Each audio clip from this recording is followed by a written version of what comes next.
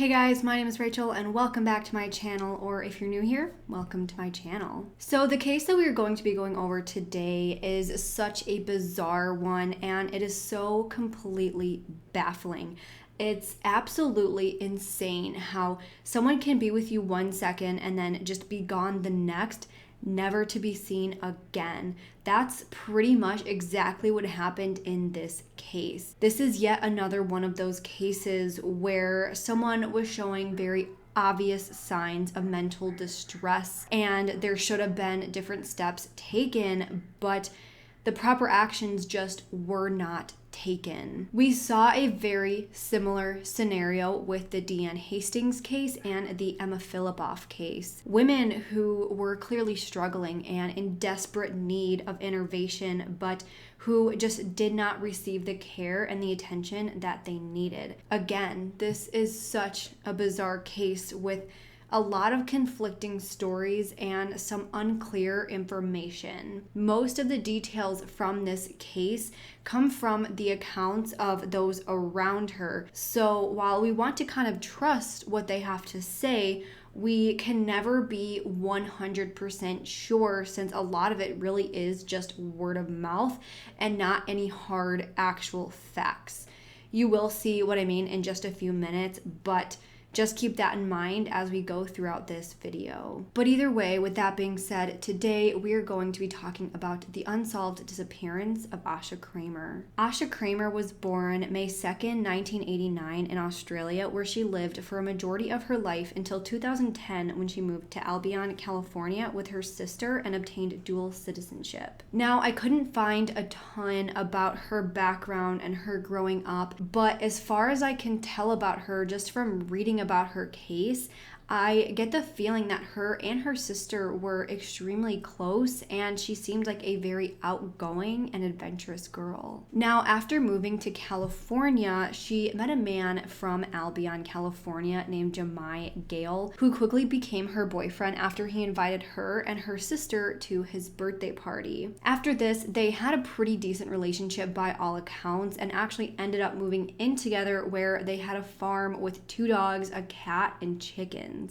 By the time of her disappearance, the couple had been dating for 5 years. According to Jahmai, Asha had always been very open. She was ambitious and had goals and was very much not only looking forward to her future, but the future that the two had together. However, in early September of 2015, 26-year-old Asha went to Los Angeles to visit her sister for her sister's birthday.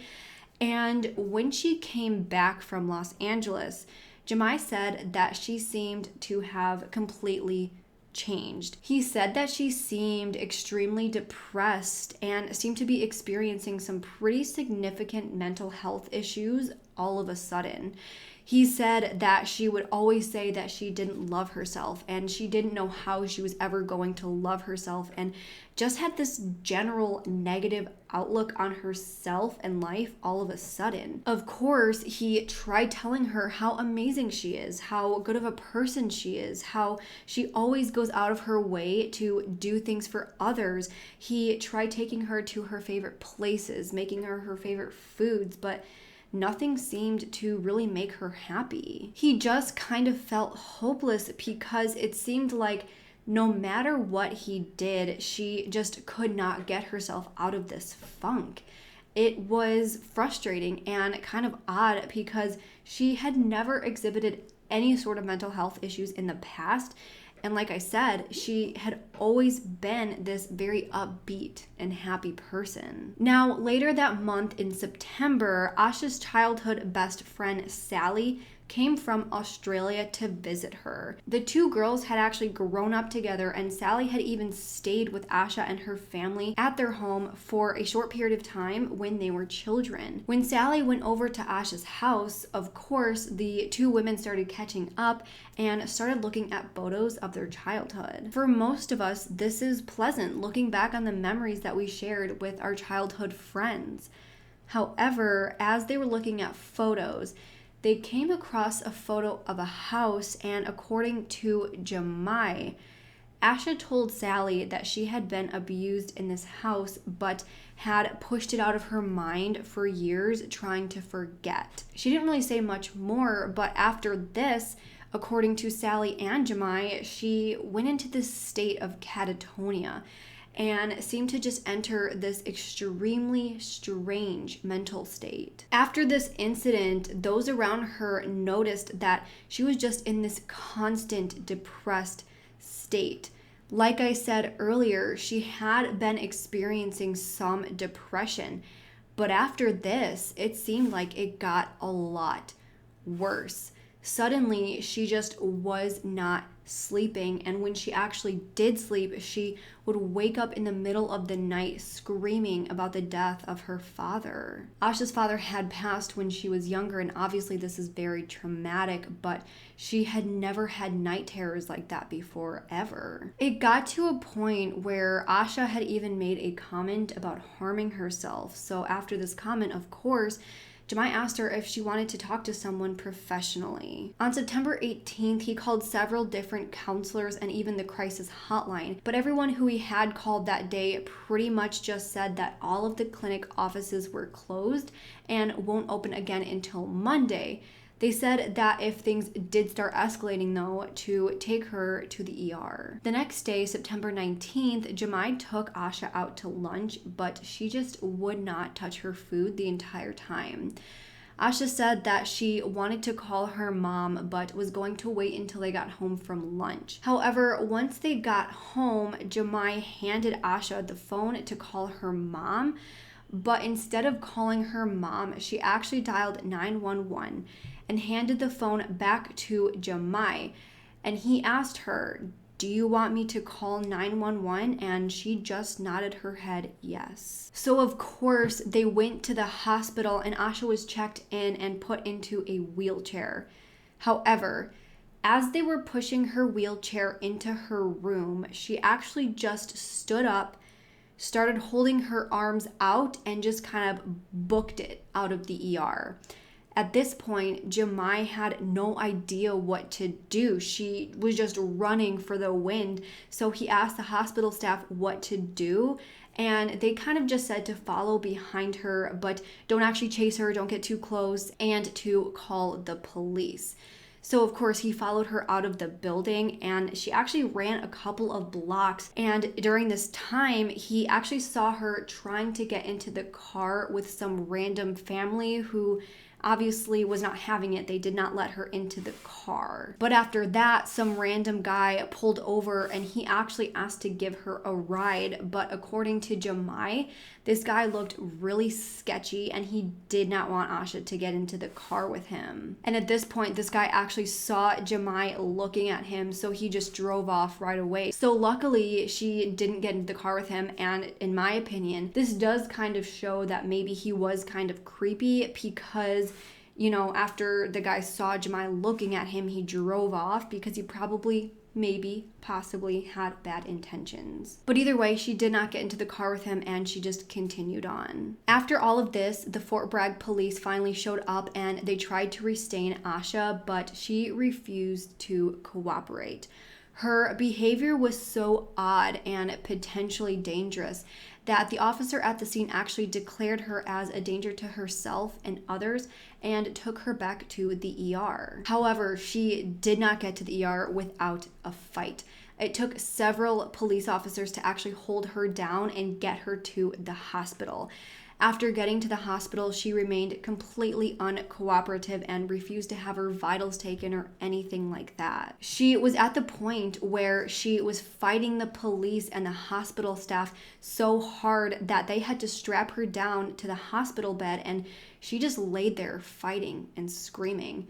And of course, this was all such a traumatic thing for Jahmai to have to witness, that he was just standing in the hospital hallway, just hearing all of this going on. He was crying and he was absolutely hysterical. At first, the hospital staff had assumed that she must have been on some sort of substance, and that's why she was acting the way she was. As they were waiting for a mental health specialist to show up, according to Jahmai, Asha was just in the room screaming the name Eddie, over and over and over again, which is the name of his neighbor. He had no idea why she was screaming Eddie, and the whole thing was just so completely bizarre. At this point, she had been diagnosed with suffering from a mental health crisis. Now, normally when hospitals will get patients like this, they are placed on a 72-hour psychiatric hold if they are determined to be a danger to themselves or others, which again, she was. However, for some reason that didn't apply to Asha, and she was released back to Jahmai and Sally without any real sort of evaluation or treatment. This was probably the biggest mistake the hospital could have made. Now, I also want to mention that according to one story that Jahmai told, the mental health professional also thought that Asha may be on some sort of substance and thought that she would return to a normal state after it wore off. He said that this mental health professional showed Asha pictures of his other patients who were in the inpatient mental health unit who were in terrible shape, and straight up asked Asha if she wanted to be in the same room as them.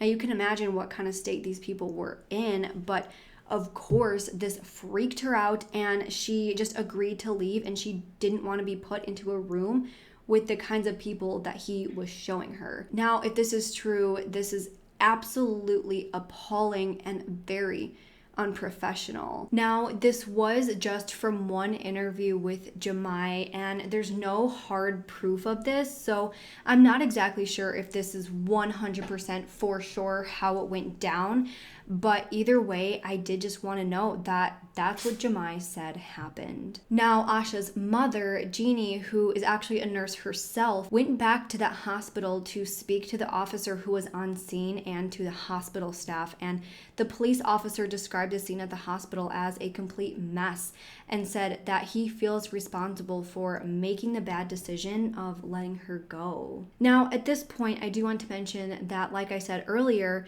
Asha had never been diagnosed with any sort of mental health condition, and she had always been a generally happy person. However, according to Jeannie, Asha's father actually did have schizophrenia.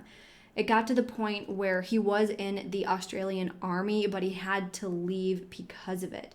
I will get more into this later, but just keep that in mind because it could give a little bit of more insight into why she very suddenly started exhibiting these strange behaviors. Now, that Monday, September 21st, Jahmai and Sally decided that it was best for her to go back to the hospital, but they didn't have any sort of official plan yet. This day, they actually decided to drive 2 hours over to San Francisco to visit Jahmai's mother. He and Sally figured that just her getting out, getting some air, and maybe even taking a nap in the car on the way there could be really good for Asha.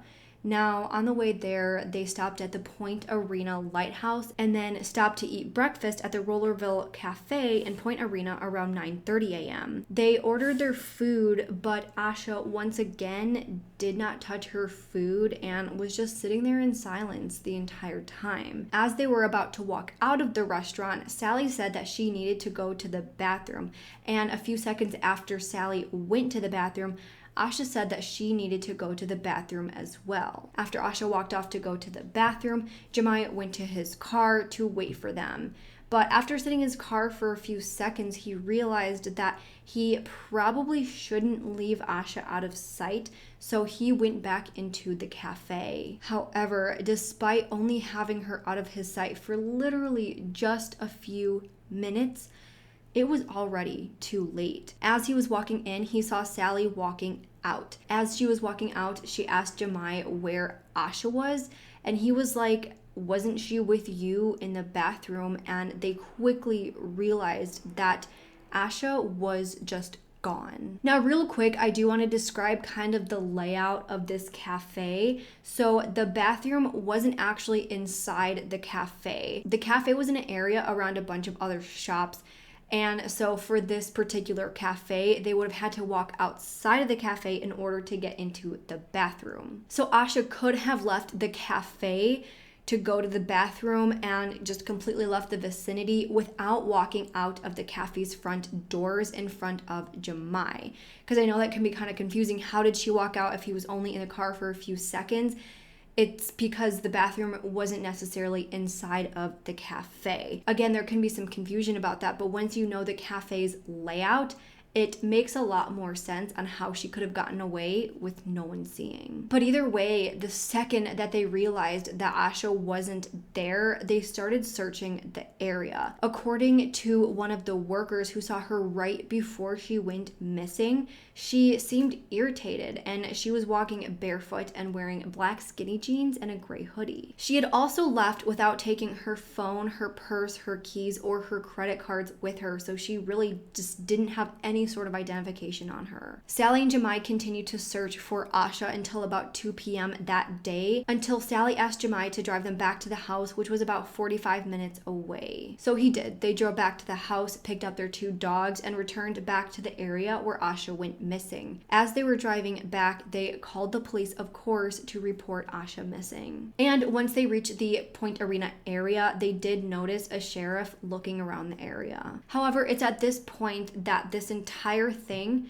gets a little bit confusing and frustrating. Now, despite seeing a sheriff searching, Jahmai and the family all think that there wasn't really much of an investigation done. Now, a few days after her disappearance, Asha's jacket was actually discovered on a trail along the cliffs near the Point Arena lighthouse, which is what led investigators to initially believe that she could have jumped off the cliffs into the water, which I will get more into in just a few minutes. But when I was researching this case, it was at this point where there started being a lot of conflicting information. Most of the case this far has been told from Jahmai's recall of events.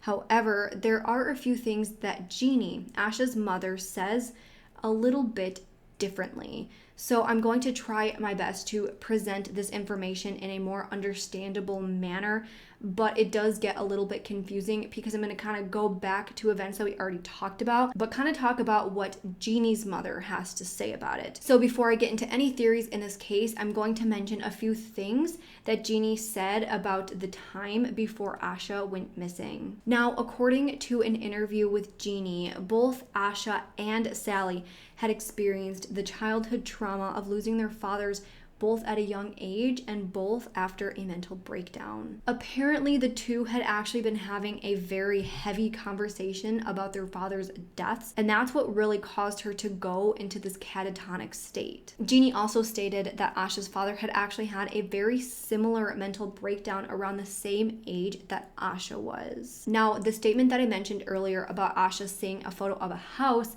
and saying that she was abused in that house, that was from Jahmai's retelling of events, and the claims of abuse had never been confirmed, but that does not mean that it didn't happen. And I'm not saying that Jahmai's tale of events is not accurate, but I just wanted to mention it either way so you kind of get both sides of the story. Also, according to Jeannie, the relationship between Jahmai and Asha may have not been as good as it seemed on the surface. Jeannie thought that there was a possibility that Jahmai also had depression or some other sort of mental health issues, and he may have been using substances and possibly abusing Asha. She thought that it was possible that Asha was just trying to get away from the relationship, and in a state of sleep deprivation, like I mentioned earlier, she was not sleeping, and vulnerability, she had a mental break. She also thought it was possible that Jahmai was at his wit's end with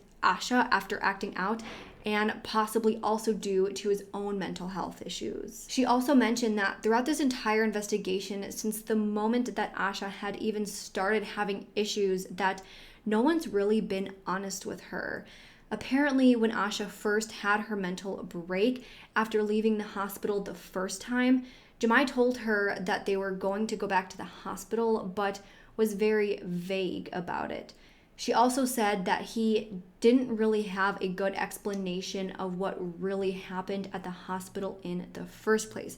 Again, we kind of know what he said about her screaming the neighbor's name, about the trauma that he witnessed, and the fact that she was uncooperative and that awful mental health professional walking in and scaring her. But according to Jeannie, he wasn't giving her a lot of information. The next very strange thing about this case is that Asha's dog also went missing around the same time that Asha went missing. But according to one report, it was claimed that Asha had actually come back home to pick up her dog. Now, it was unclear whether Jahmai was home at the time or how she was able to even get back to the house in the first place to get her dog. She didn't really drive. She didn't really have any way of getting to the home.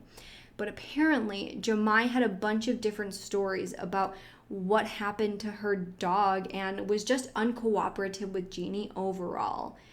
Jeannie highly doubts that Asha came back to pick up her dog. Another problem with this case in general was with the investigators themselves. Like I said earlier, there seemed to be little to no investigation even being done. Jeannie said that because Asha was technically an Australian citizen, there was questions about jurisdiction. They said that Interpol was contacted and the sheriff's office was also on this case, but they just were not giving up any sort of information. Asha's mother has been back and forth between the US and Australia multiple times to help with search efforts, and to this day is still making trips every few months just to help find Asha. Now, there have been some unconfirmed sightings of Asha around the area that she went missing, around the time that she went missing, but we don't know how credible they actually are. One of the sightings said that they saw Asha talking on the phone, but like I said earlier, she hadn't taken her phone with her when she left.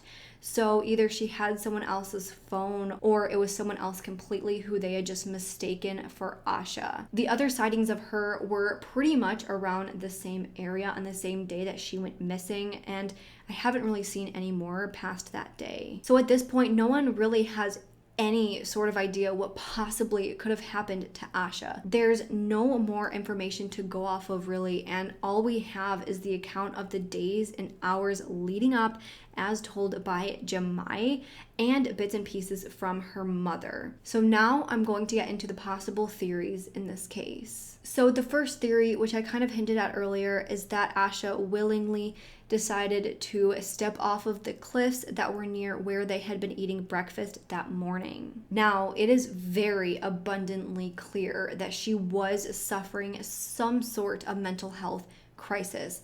There is absolutely no questioning that. Now, what caused her to very suddenly tip over the edge? I have no idea, and neither does really anyone else. Was it looking at the old picture and bringing up these traumatic memories? Or was it some undiagnosed mental health condition that was just showing itself at that time? Before I get too far into this theory, I do want to mention that, like I said earlier, Asha's father did have a history of schizophrenia that appeared around the same age that Asha was when she went missing, according to Asha's mother. It could be possible that something, even though we don't know exactly what that something is, caused a sudden onset of schizophrenia. Now, those with the gene for schizophrenia may never experience symptoms at all, and some may experience the symptoms super early on, but a lot of the time it shows up after a large, stressful, or traumatic event. We also know that Asha was right around the age for when symptoms do typically start showing in women. It was also speculated by Asha's mother that she may have been in a less than stellar relationship with Jahmai. Lastly, we know that her jacket was found on the path that led to the cliffs. Is it possible that she was not only in a very vulnerable state from her relationship, but also experienced a psychiatric break that led her to exhibit symptoms of schizophrenia, that led her to be in this delusional state that caused her to want to take her own life? Again, we all know that she was having some very extreme mental health crisis, and the hospital staff who should have been the ones to help her didn't. It's not crazy to think that this could be a possibility. However, we do know that the area around the cliffs was searched. One article said that the search was pretty extensive, but as we know, there were issues with the investigation and with jurisdiction, so I don't know how thoroughly it was searched. So I do want to mention that, but either way, it was searched. And other than the jacket being found on the paths, there was absolutely no sign of Asha whatsoever. If she did jump off the cliffs, I just feel like they would have noticed some sort of sign of that, but we don't know for sure, and this does seem like a very viable theory, unfortunately. The next theory is that when she walked off, she was picked up by someone and was brought to another location. Within this theory, there are two main possibilities. So some people think that Asha was picked up and then dropped off in another location where she has been ever since she went missing, but has just never been noticed or found her way back. Again, not to sound like a broken record, but we know that she was having a mental health crisis. It could be possible that she's in a completely different area of California where she is just living on the streets and just hasn't been noticed by anyone. Maybe Jahmai's story was accurate, and when she was picked up by someone, she really did come pick up her dog so the two of them could live off the grid. Asha absolutely loved her dog, so it makes sense that if she really was going to leave for good, that she would have her dog with her. It could be possible that she left because of her mental state and she was just delusional, or maybe it was possible that she was just trying to get away from Jahmai. She could have been in this terrible mental state but known exactly what she was doing. Again, according to Jeannie, the relationship may not have been very good. Is it possible that Asha was just trying to get away from the relationship so desperately that she just walked off and decided to start a new life? Both situations are very possible. The next possibility within this theory is that Asha was in her delusional state and someone with bad intentions picked her up and possibly harmed her. Again, we know that she was trying to get into cars with random people when she was running away from the hospital. We know that Jahmai apparently saw some very creepy guy try and pull up and get her to go in his car. We know that things like this happen all the time across the country where creepy men will try and get with women, try to get them to get into their cars so that they can harm them or do whatever to them. Is it possible that she was walking off in a delusional state or intentionally walking off and got into the car with a stranger and the stranger harmed her? I do think that this is a very viable theory. The next theory is one brought up by Asha's mother, who later said that she doesn't necessarily believe in this theory anymore, but I do still want to mention it. Now, around the area that Asha went missing, it is well known that there were a lot of illegal Mary Jane farms, if you know what I mean. She thinks it's possible that she was picked up, brought to one of these farms, and is either living there or was harmed there. She believes that Asha may even have amnesia that is causing her to kind of forget her previous life, and that's why she's never returned home after being dropped off. Apparently, a lot of people have gone missing in the same area, and these farms are a possible correlation for these disappearances.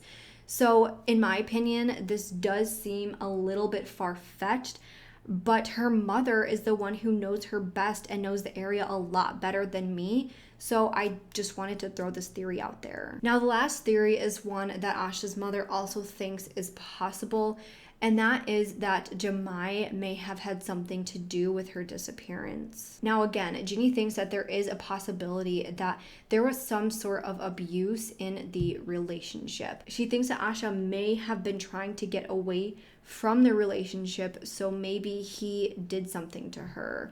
Or maybe she really was just starting to be too much to handle because of her mental state, and that's why. We know that there may have been some inconsistencies in his story, and there's a very strange aspect of this entire case of Ashas Dog going missing and no one knowing why. The other dog that the two had was technically Jahmai's dog, so it's a little strange that only her dog went missing. Now, I do see how this theory could be plausible, but I just don't see how likely it can be.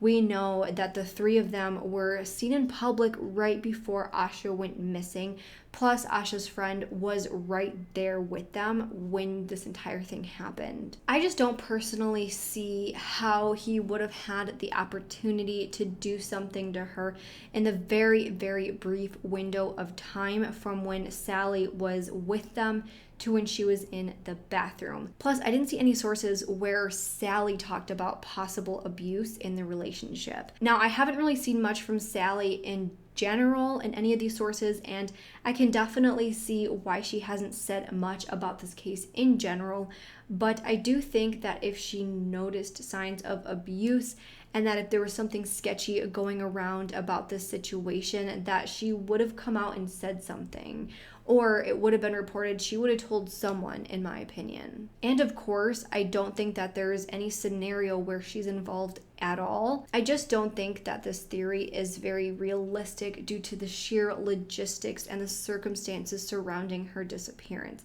I understand that he was technically the last one to see her, and a lot of times the boyfriend or significant other is involved, but in this case, I just don't see how it's very possible.